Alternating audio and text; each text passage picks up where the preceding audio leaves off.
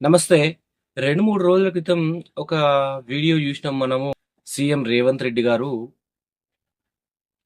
కాళేశ్వరం నీటి విషయంలో కొన్ని వ్యాఖ్యలు చేసిండ్రు. ఆ వ్యాఖ్యలు మరి బాగున్నాయా? ఒకసారి మనం చూద్దాం. ఏం మాట్లాడారు తను? పంటలు వండాలంటే టీఆర్ఎస్ పార్టీ వాళ్ళ రక్తం చల్లాలనా? ఏంటి సార్?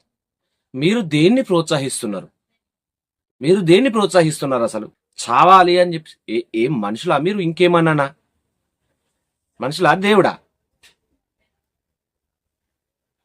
మీకు మంచి చెడు తెలియట్లేదా? ఏం మాట్లాడుతున్నారు? మీకైనా అవగాహన వస్తుందా? ఒక సీఎం పొజిషన్ లో ఉన్నారు మీరు, ఒక రాష్ట్ర ఉన్నత స్థాయిలో ఉన్నారు. తండ్రి ఎట్లా నడిస్తే పిల్లలు అట్లా నడుస్తారంటారు. మిమ్మల్ని చూసి మేమందరం ఏం నేర్చుకోవాలి అసలు?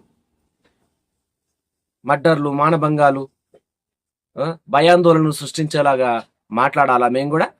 మీరు ఇట్లా మాట్లాడితే హరీష్ రావు గారు సరే మా రక్తాన్నైనా చిందించడానికి మేము సిద్ధంగా ఉన్నాం రైతుల కోసం అని చెప్పేసి అన్నారు.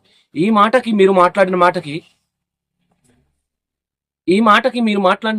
ఎంత వ్యత్యాసం ఉందో చూడండి. ఇది ఇట్లుంటే ఇక ధర్మపురి అరవింద్ గారు మాట్లాడతారు. ఇంకేదో ఆయన ఏం మాట్లాడుతుండో మరి ఆయనకైనా అర్థమైందా? మరి వయసు పెరుగుతా ఉంటే అనుభవాలు పెరగాలి. అనుభవాల్లో నుంచి ఏం మాట్లాడితే ప్రజల్లో ఎలా వెళ్తుందో మరి అని చెప్పేసి ఆలోచన ఉండాలి.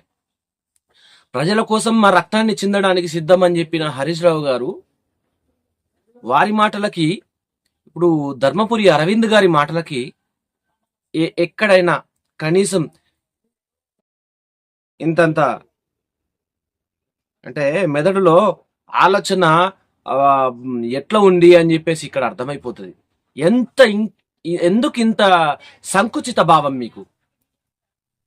ప్రజలకి మంచి చేసేది కావాలి. ఎవరైనా కూడా, ఏ ప్రభుత్వమైనా కూడా, ఏ పార్టీలైనా కూడా మీ పార్టీలన్నీ ప్రజల కోసం పనిచేయాలి తప్ప మీ పార్టీలను కాపాడడానికి ప్రజలు కాదు. జరా మెడకాయ మీద తలకాయ ఉన్నట్టు మాట్లాడండి. ఏ పార్టీల వాళ్ళైనా కూడా ప్రజల కోసమే మీరందరూ మా ఓటును వెచ్చించి, మా ఓటును మీకోసం, మా మార్పు, మాకు మంచి జరగాలనే ఉద్దేశంతో ప్రభుత్వాల్ని మార్చడానికి ప్రయత్నం చేస్తాం తప్ప మాకు ఈ పార్టీ మంచిది, ఆ పార్టీ మంచిది అని చెప్పేసి ఏ ఒక్కరు కూడా అనుకుంటలేరు. మీ భ్రమలో మీరు ఉన్నారు. మా పార్టీకి అందరు సపోర్ట్ ఇస్తున్నారు అంటే మా పార్టీకి అందరు సపోర్ట్ ఇస్తున్నారు అని చెప్పేసి అటు బీజేపీ వాళ్ళు కావచ్చు, ఇటు కాంగ్రెస్ వాళ్ళు కావచ్చు, లేదా బీఆర్ఎస్ వాళ్ళు కావచ్చు, ఎవరైనా కూడా ఎవరిట్లా అనుకోకండి. ప్రజలకు మంచి చేసేది ఎవరైనా పర్లేదు, వాళ్ళని తీసుకుంటారు.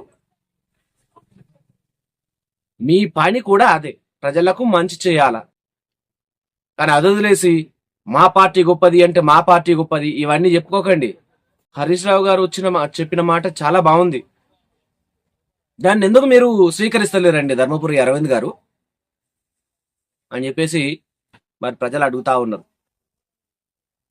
ఇకపై ఇట్లా మాట్లాడొద్దు అని చెప్పేసి హెచ్చరిస్తా ఉన్నారు. ఒక సీఎం పొజిషన్ లో ఉన్న వాళ్ళు ఇట్లా మాట్లాడొచ్చా? నేను నిన్న విన్నా, ఒక అబ్బాయి ఏమంటుండంటే, ఒక డిప్యూటీ సీఎం పొజిషన్ లో ఉన్న వ్యక్తిని మాటలన్న దానికి రావణ్ను అరెస్ట్ చేసిండ్లు అని చెప్పేసి అన్నారు.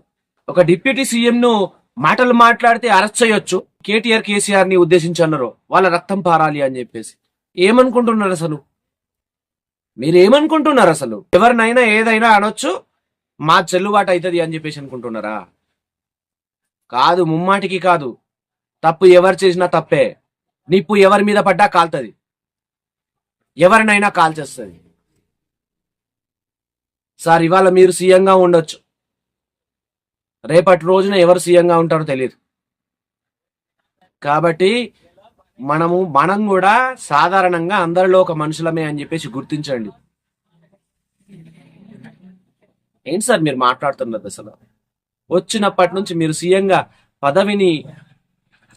పదవి బాధ్యతలు తీసుకున్నప్పటి నుంచి నోటికి అడ్డు అదుపు లేకుండా మాట్లాడుతున్నారు. ఇకపై ఇలాంటివి మాట్లాడొద్దు, ఇలాంటివి మాకు మీరు చెప్పొద్దు, ఇలాంటి మాటలు మీ ద్వారా మేము వినొద్దు అని చెప్పేసి ప్రజలు కోరుతా ఉన్నారు. మరి చూస్తా ఉండండి SSG న్యూస్ టీవీ. మీతో శ్రీనివాస్.